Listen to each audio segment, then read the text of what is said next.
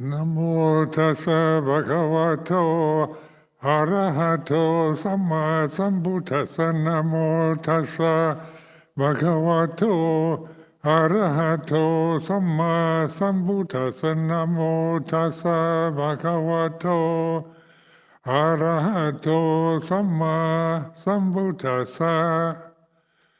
Aparuta de sangamata satavaraye sodavanta pamunjantu satang.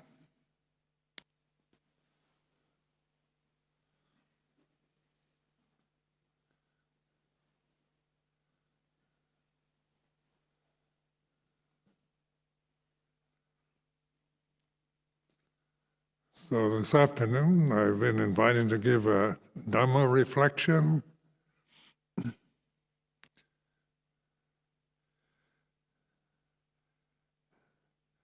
There are many questions about mindfulness, because we're encouraged to be mindful, and yet mindfulness is our very nature.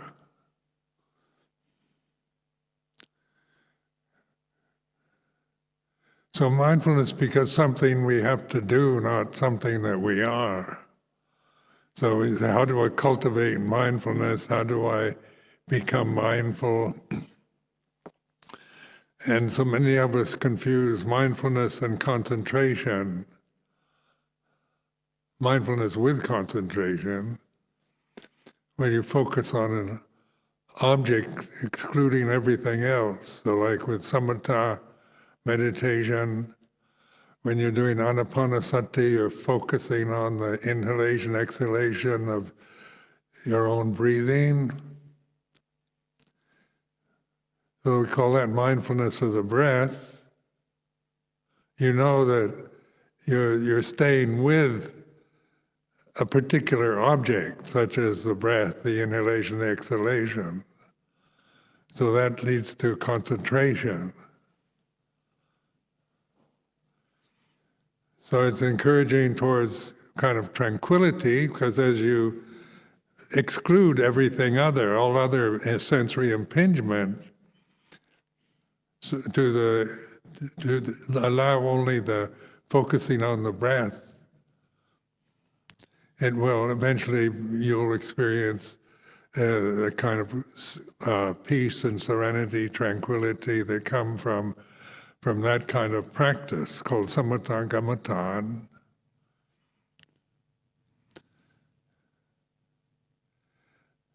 Then there's mindfulness sati sampajanya, which is embracing the moment and not excluding anything.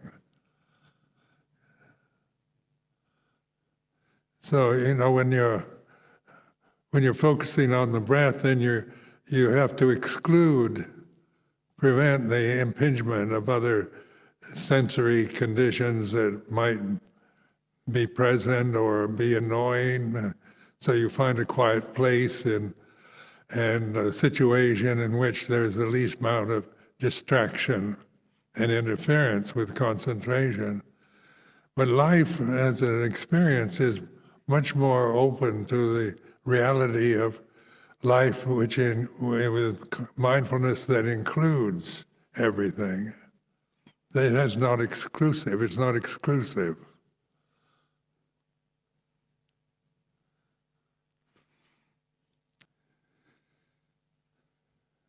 So this is sampajanya, in the Pali word sampajanya,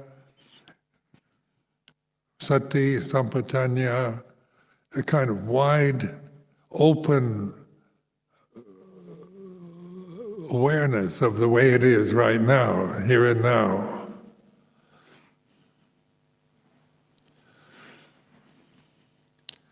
So you're not trying to exclude anything, but aware of what is happening, and you're looking inward. You're not focusing on objects, you're not reading books or looking outward or listening to in any intentional way, but this wide open sati sampajanya allows us to receive life as it is experienced here and now. It's like this. So notice I've mentioned the importance of this phrase because it's not judgmental. Where most words we have, most ideas that we hold to, concepts that we cling to, are judgmental concepts. They are good or bad, right or wrong, true or false, big or small. So the thinking mind is a dualistic function in consciousness. So you can't have heaven without hell, good without bad, right without wrong, male without female, day without night. So just notice this, how the limitations of this structure of the thought process becomes very much how we experience life, whether it's right or wrong, good or bad, true or false. And if it's right, then everything that doesn't agree with my view of right is wrong. So you find the kind of righteousness, especially in politics or religions, where we have very definite views about right and good and what's true, and that everything false is bad. Because that's the structure of language, whatever language it might be.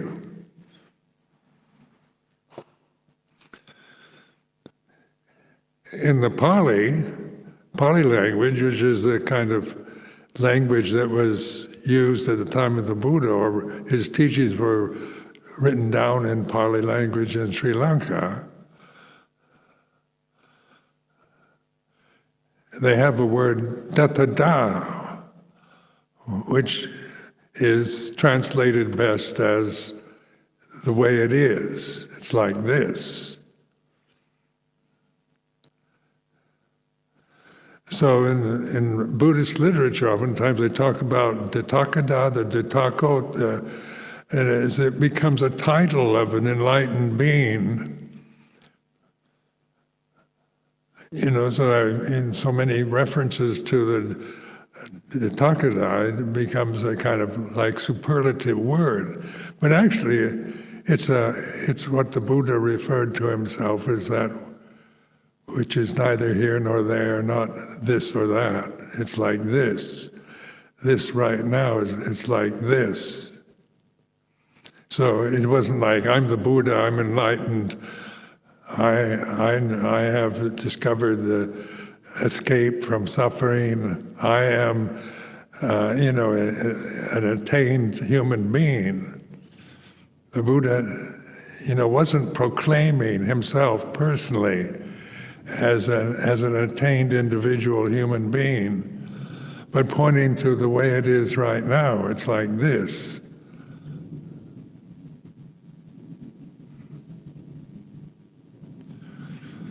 So when we talk about attainment, this word in English, always sounds like on a very personal way, I've got to attain enlightenment.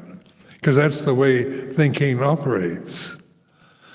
When you read scriptures, suttas and so forth, and from the personal view, from the Sakkayaditthi view, from the belief in that my true nature is this human form, this body, this personality, then claiming to be enlightened in terms of language can be a form of Sakkayaditthi, because the personality, a person doesn't get enlightened. It's when you see the falseness, the unreality of the personality, of the ego, of the cultural conditioning, when you see it as empty phenomena, and you really investigate that thoroughly, very conscientiously, you begin to have that insight into no person, non-self, anatta, no self.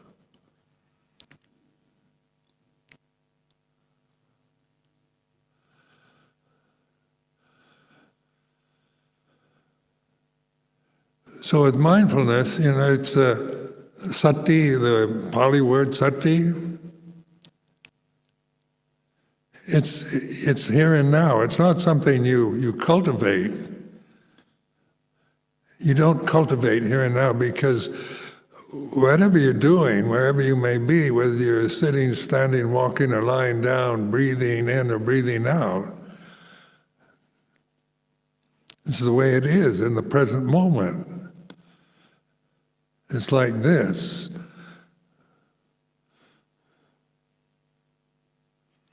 So this word dattada is, translated into English as clear comprehension or suchness in the Zen tradition.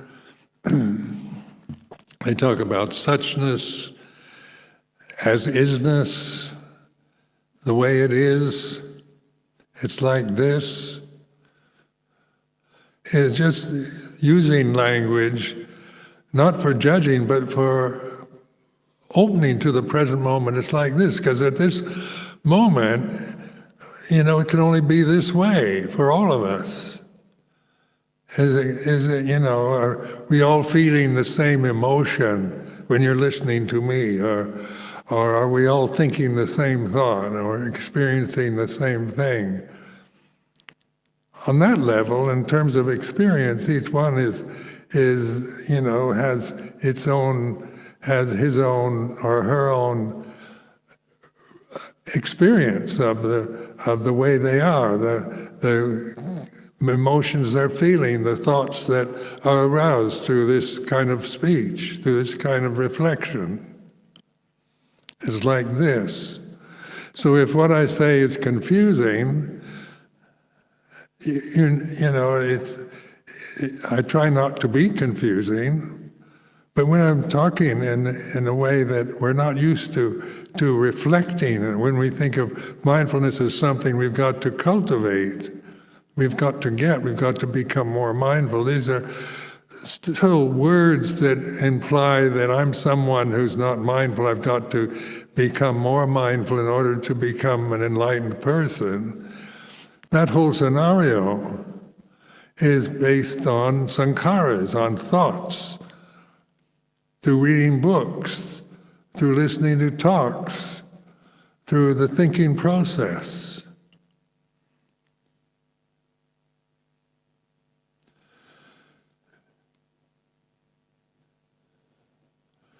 So the reality of no self, anatta,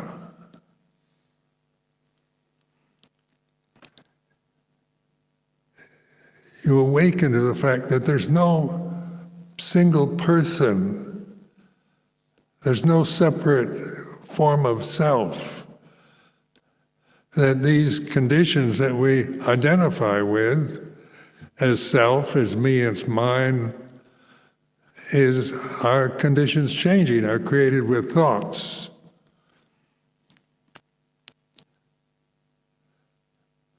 And the biggest obstruction, of course, the first fetter, Sakya Ditti, translated as ego.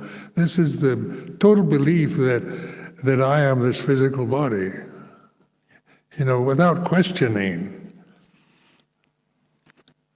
The Buddha said it's not self, and we might believe what the Buddha said, so we add another word to the fact that there's no self, but yet we operate in our lives always from the Sakya Ditti level in terms of me, mine, what I think, what I feel, right and wrong, good and bad, true and false.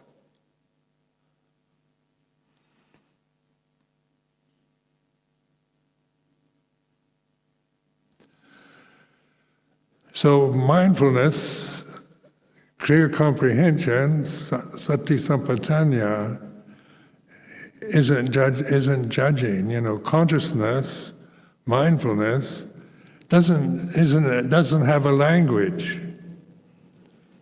Language is acquired after you're born. You aren't born speaking any language whatsoever. So it's a condition that you acquire. The concepts, the views, the objects that appear in our consciousness are acquired. They're sankharas, they're conditions, they're phenomena that arise and cease and change.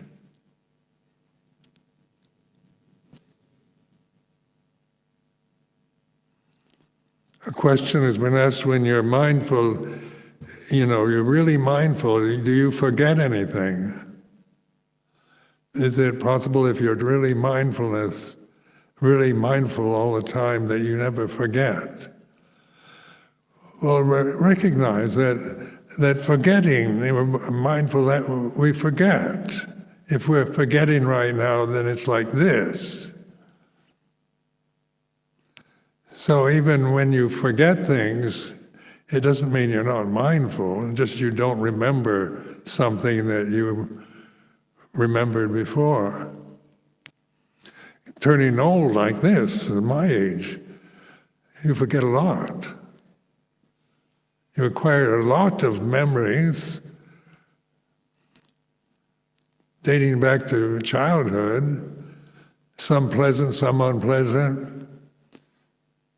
Meet a lot of people in my life, especially as a Buddhist monk, both here in UK and in Thailand. And then people ask me, do you remember me? So I remember this. This is a question I decided never to ask anybody. Because then you're put in a position of saying no, they feel hurt, or you imagine they do. But memory, you can lose your memory. Like with dementia, with Alzheimer's disease, you lose your memory. Memory is acquired. It's a sankhara, put in the context of sanya.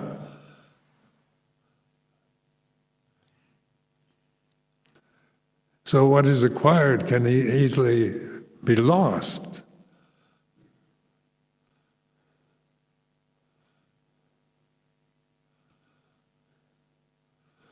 Sati Sampajanya is aware of time and place. It's like this. So whatever state, whether you're sick or healthy or young or old or whatever your condition might be, it doesn't shut the reality of mindfulness out. Now, mindfulness with wisdom, satipanya, is where we begin to change from seeing everything in terms of, I forgot something, and if I was really mindful, I wouldn't forget. And so we create a definite sense of ourself as not being mindful, because we've forgotten something we should have remembered. So notice that this is just, elaborating this sense of me and mine. That I'm somebody who forgot my Sangati. And so but we're mindful that we forgot. Then the judgment comes through the language. I should have remembered. I shouldn't have forgotten this. And that's, more proliferating thoughts, judgmental thoughts about how things should or shouldn't be, or how you as a separate individual person should or shouldn't be.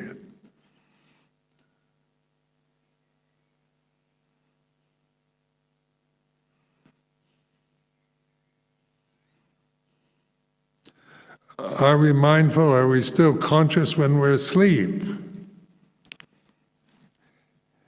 That's another question oftentimes asked. If consciousness doesn't arise and cease, what happens when we're asleep? When we can't be mindful when we're asleep, because we're not using our senses. Our senses have no objects. When we're in deep sleep, we don't see, hear, smell, taste, touch anything. We start dreaming, then we start imagining. So that's imagination. Dreams are images that we create. And we're aware of, dreams that we take very personally or have very strong views about what they mean or what kind of message they're trying to convey, or whether it's just nonsense. We want to find out what our dreams are on a kind of personal level.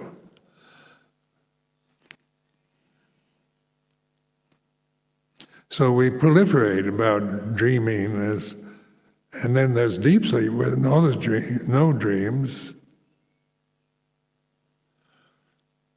because the senses aren't open to the eyes, ears, nose, tongue, body, mind are not open to operate in deep sleep, but the consciousness doesn't dissolve.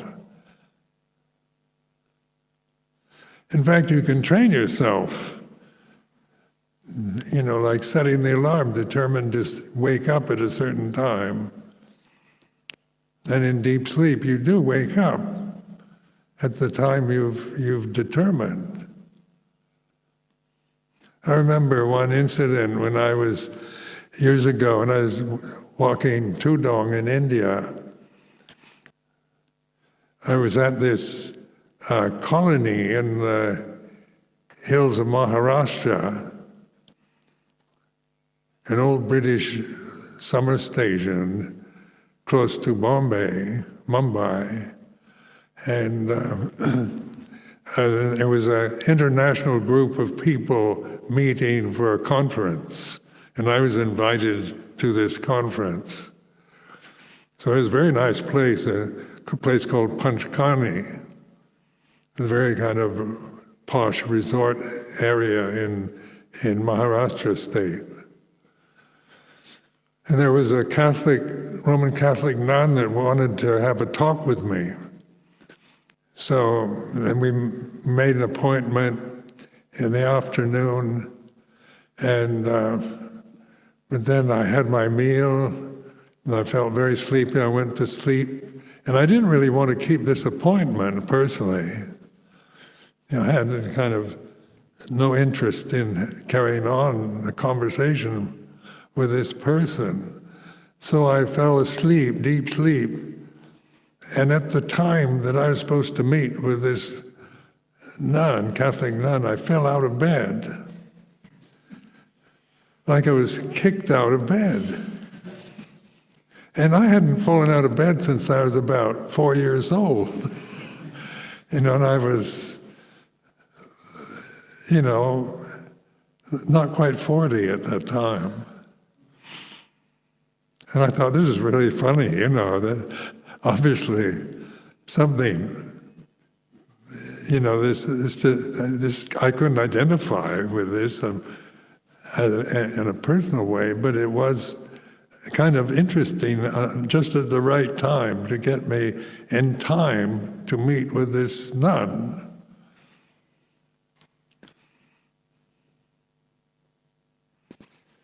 So I went to meet the nun. We had a very nice conversation.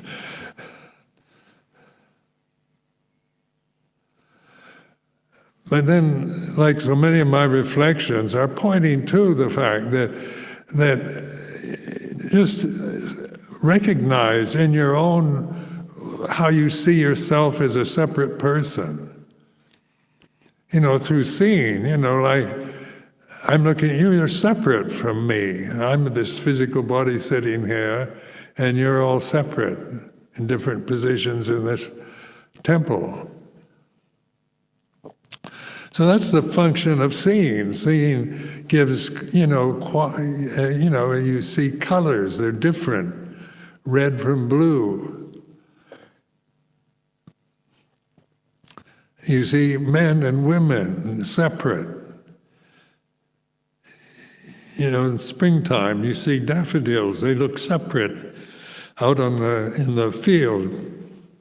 Everything what we look at is an object to what we're seeing. And so they're seeing consciousness through the senses, sentient awareness is separative, it's divisive. Everything is separate. And it has a quality.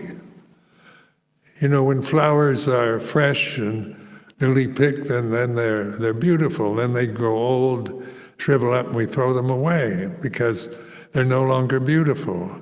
Now, who makes the judgment about what's beautiful and what is ugly? This is a habit pattern of being attracted to beauty and repelled by what isn't beautiful is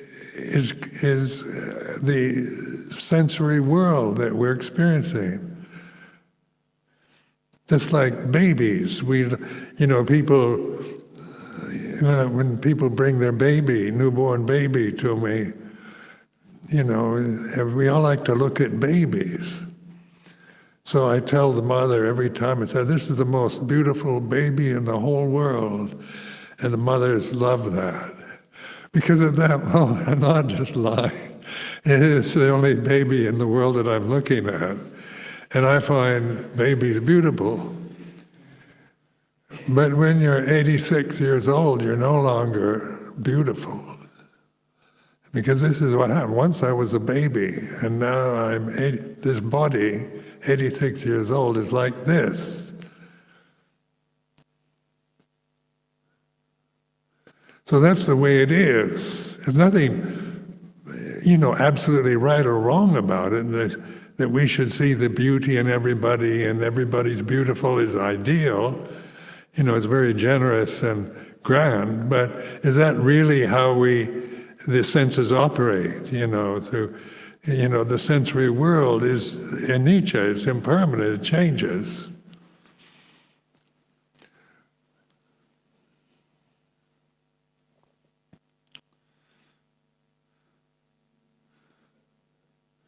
So what is it that is aware of change?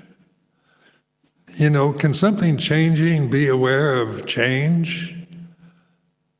Can a thought be aware of change? Can a memory be aware of change?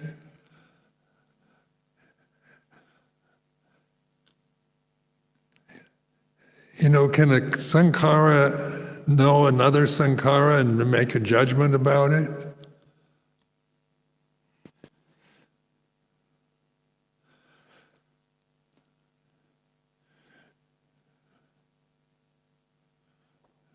So it's consciousness, awareness, mindfulness, that is aware of sankharas. One sankhara can't be aware of itself because its nature is to change.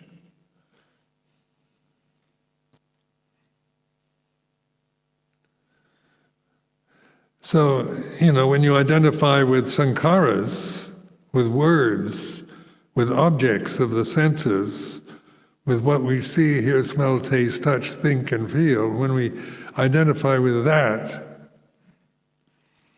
then we're using avijja, or ignorance, of Dhamma. We're not aware of the supreme reality that's here and now.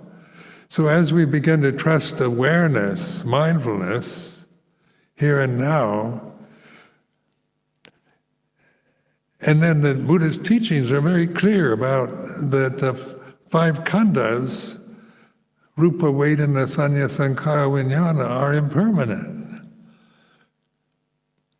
So the sentient consciousness through the senses its very nature is to discriminate.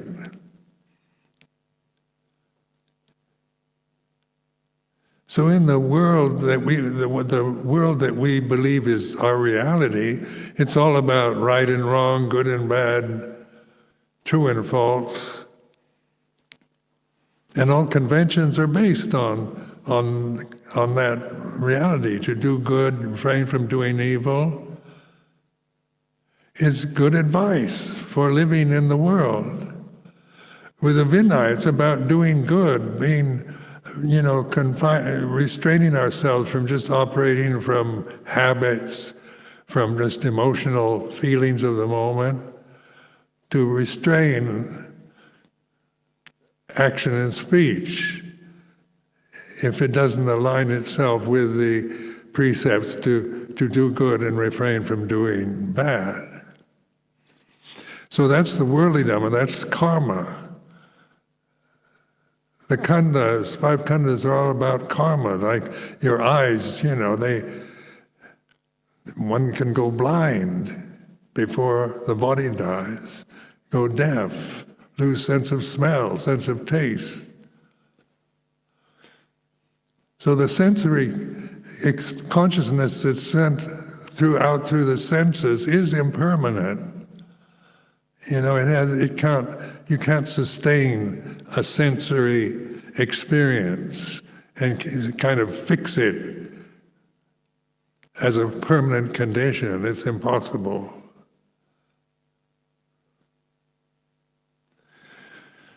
So when we take refuge in Buddha, Dhamma, Sangha, we're taking refuge in awareness, in Buddha, awakened Dhamma, supreme reality here and now. It's like this.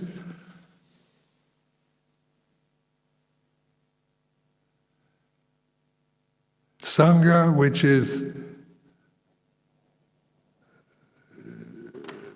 the individual being who's practicing in the right way, who's developing the path, the Eightfold Path, not as a personal attainment, not as a person, but as just a natural way to relate to life. In monastic form, it's a very beautiful form to live one's life in, because it is, an agreement of so many of us all living together here at Amaravati, agreement to refrain from just following our feelings of the moment and what we feel like saying, or our moods that we experience by living here together.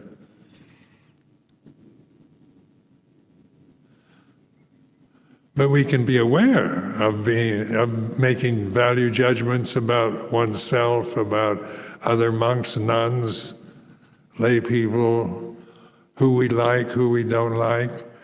Liking and disliking is conditioned.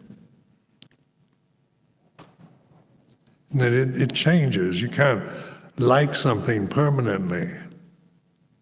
You can imagine something permanent that you like, but that's an image which is impermanent. All images, all forms are impermanent.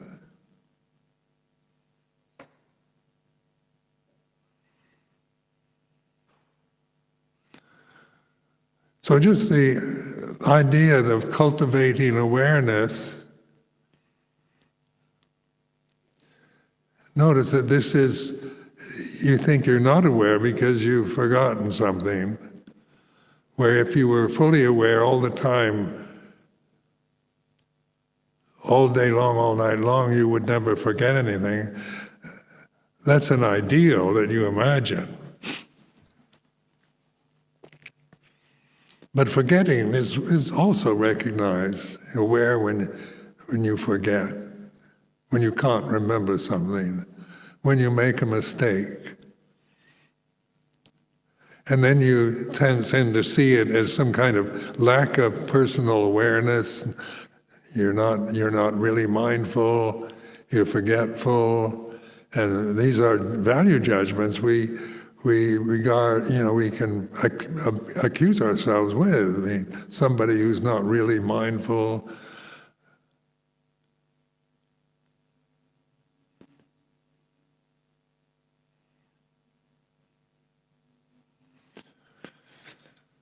Now, anatta you can't imagine, there's no image for it. It just sounds like, in terms of verbal language, it sounds like annihilation. Because sensory experience is all about forms, birth and death, right and wrong, beginning and endings.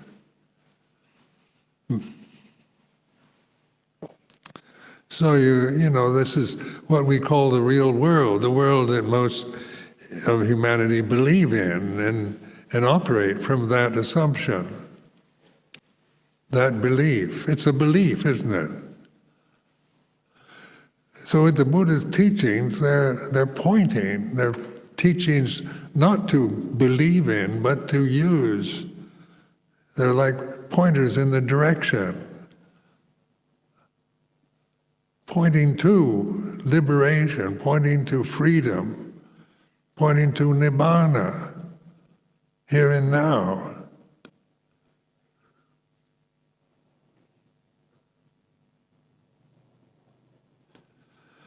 So how, when you have directions, then you don't need to grasp the directions, no matter how good and intelligent they might be, but you go toward where they're pointing, which is always here and now. Suffering here and now is like this. Desire, sensual desire, desire for becoming, desire for annihilation is like this, here and now. And as we reflect in this way, we have this insight into letting go of desire. We can't let go of desire as an ideal. We all maybe like the idea of letting go of desire, but you have to understand what desire is. You have to look at desire, and it's clearly stated in Second Noble Truth, in those three categories.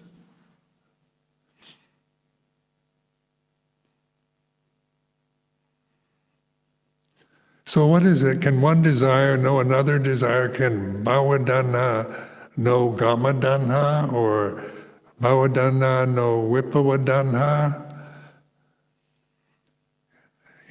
Can one desire know another desire, or are they conditions that arise according to other conditions? So then we let go of desire, which isn't like suppressing it. We're not trying to annihilate the world, destroy anything, but just no longer be deluded by it. It's so Samma Samadhi is a relaxed release from suffering, from the causes of suffering. It's freedom.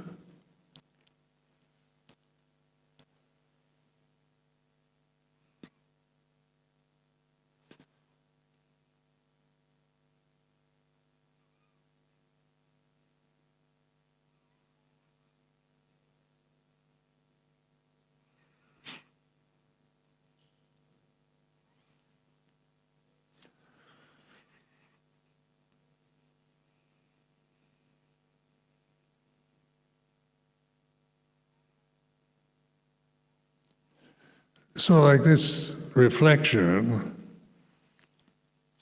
I prefer the word reflection rather than sermon, or because like I'm teaching you something. What I'm presenting, is for you to reflect on it.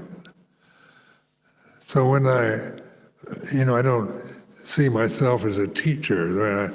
You have to learn from me as a teacher, but my position in the Sangha is such that I've been invited to give these kind of reflections of how to use the teachings, these profound teachings of the Buddha, for liberation from delusion, from avijja, from ignorance.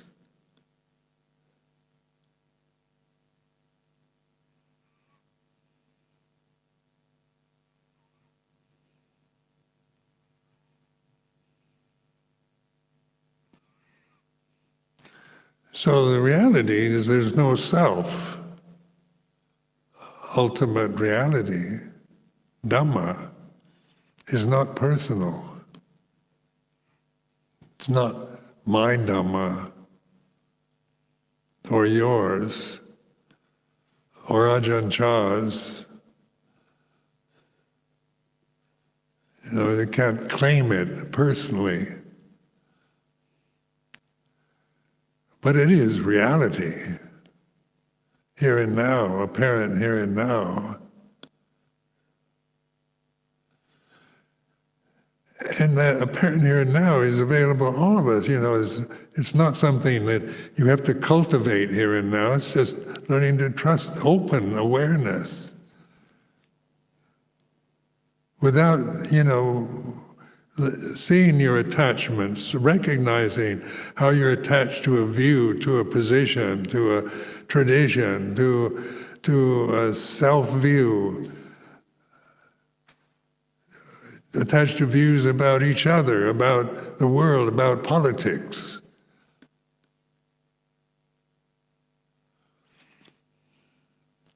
And that none of these views are wrong or right.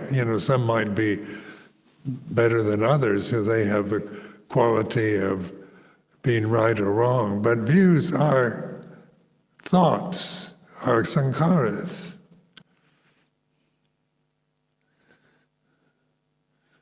So they are impermanent, and they're, this term empty phenomena, these conditions that we identify with are empty. What's reality itself is conscious awareness. This is reality. And it's not personal, so it's not like my awareness, or I'm aware and you're not as aware as I am, because that is judgmental, isn't it? That becomes Sakya Ditti, personal views. But awareness, consciousness is where we are equal, where we're not judging, there's no judgment in it. Dhamma is non-judgmental. It has no language. When you let go of desire, let go of sankharas, what's left is awareness. And it has no language. It's not about right and wrong or me or mine anymore. It's like this. So why this letting go of sankharas is relaxed, open awareness. And of course, when we try to do that, we still believe I've got to do it, rather than just being the awareness in the present moment is like this. So like in so many problems in the Sangha or in lay life, are about how are based on ideals about how we should be or someone should be. So we have ideals about what a perfect Buddhist monastery should be, a perfect Dhamma teacher, enlightened master should be. We've got all kinds of ideals of perfection.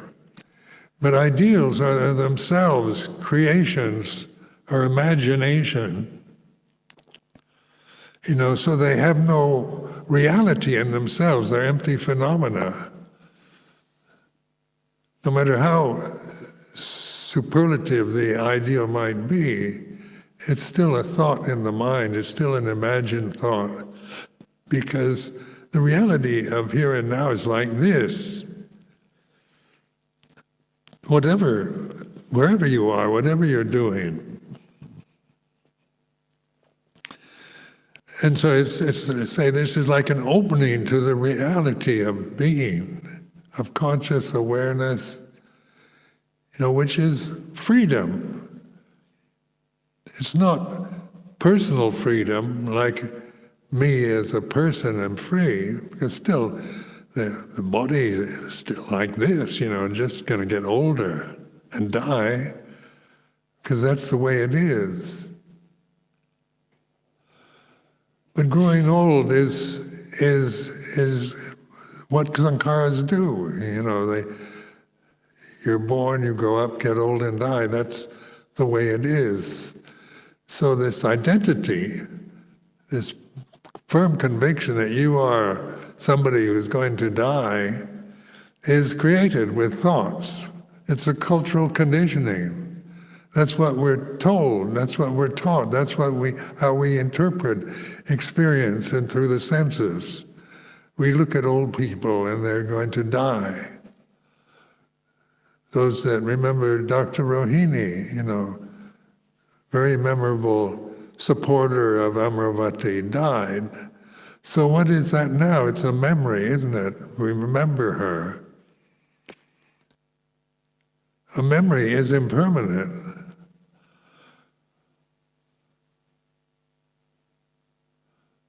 But what didn't die was consciousness.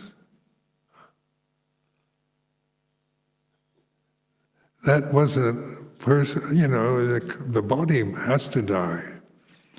Trying to preserve the body so it lasts hundreds of years is totally ridiculous. When you get old, life gets physically more difficult. So, who wants to get to 200 years old? Or on my birthday, everybody in Thailand says, may you live to 120, which is, a way of showing respect. But at 86, it's like this. It's not such a pleasant experience getting old in terms of the physical realities one has to face. But in terms of Dhamma, it doesn't matter, because one no longer identifies with the physical form. It's supposed to get old. It's doing what it's supposed to do.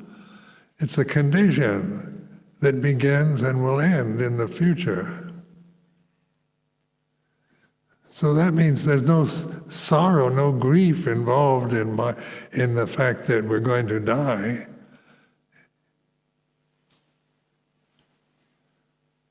Death becomes another, frightening experience for most people. What happens when you die?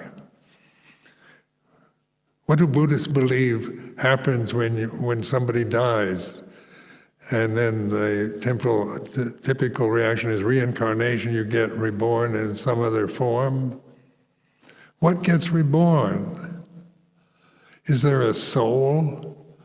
Is there a separate self that lives after death?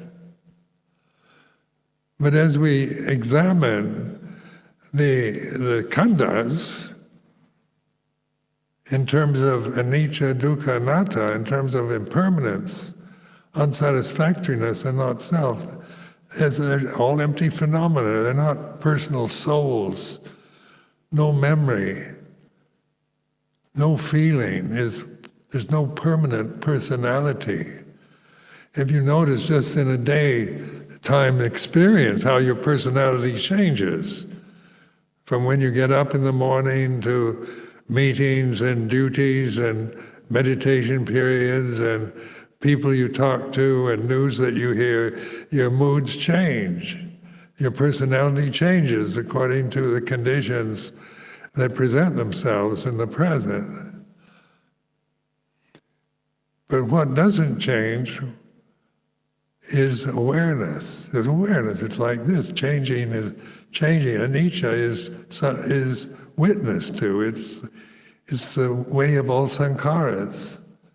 Sape sankhara anicca. All conditions are impermanent. Sape dhamma anatta. Dhamma is non-self.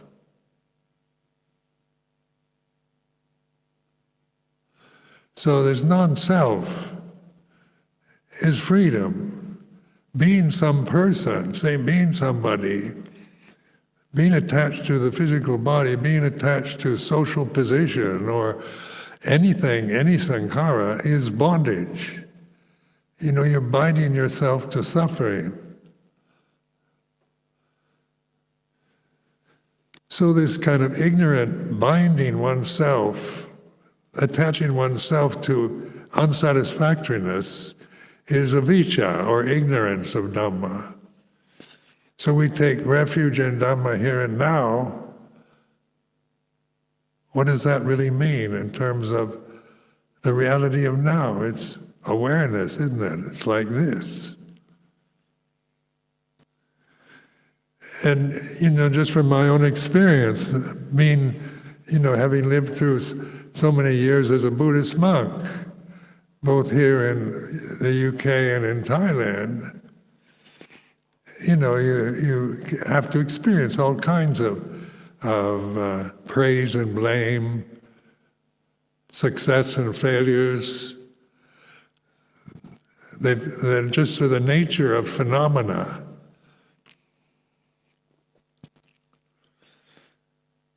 It doesn't mean that when you become a monk, everything becomes, you've got so much parami that life is just a bed of roses, a bowl of cherries, just happiness, ha ha ha, till death.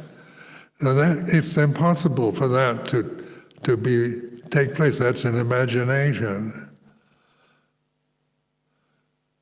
But the vipaka karma, the result of birth is that it gets old, gets sick, and dies. And that which is aware of karma, of the aging process, of sickness, of loss, of failure, of criticism, of blame, is like this. So this was emphasized over and over again by Luang Por Chah when, those first 10 pansos I spent close to Ajahn Chah in Thailand. It sunk in. So when I was invited to come to England, I felt confident in my practice. But as a Buddhist monk living in a non-Buddhist country, I was not confident at all. I didn't know what was going to happen. I'm not, not a native Brit, new place, only know one person in England, George Sharp. And, on a personal level, I felt, what's going to happen to me, and, who's going to give food? Are we to bindabat barefoot on the streets of London? How can you adapt the Vinaya to a totally different climate, different culture? Worried about how to, about not being strict enough, not being true to the tradition, very idealistic. And one time I convinced myself I'm not going to do this because too many unknown factors, too much to doubt, too much to be unsure of, to throw myself into a situation. But then the practice was being aware of that. I became aware of my own doubts and worries, tendency to worry, tendency to cling to conditions, tendency to create problems about life in Thailand or England or wherever. Is it going to change? I've created enough problems for my life in Thailand on grasping my own views and opinions and likes and preferences. The same thing's going to happen in England. But this awareness of it, and this trust in Dhamma, this faith in the Dhamma, taking refuge in the Dhamma, was what I trusted in.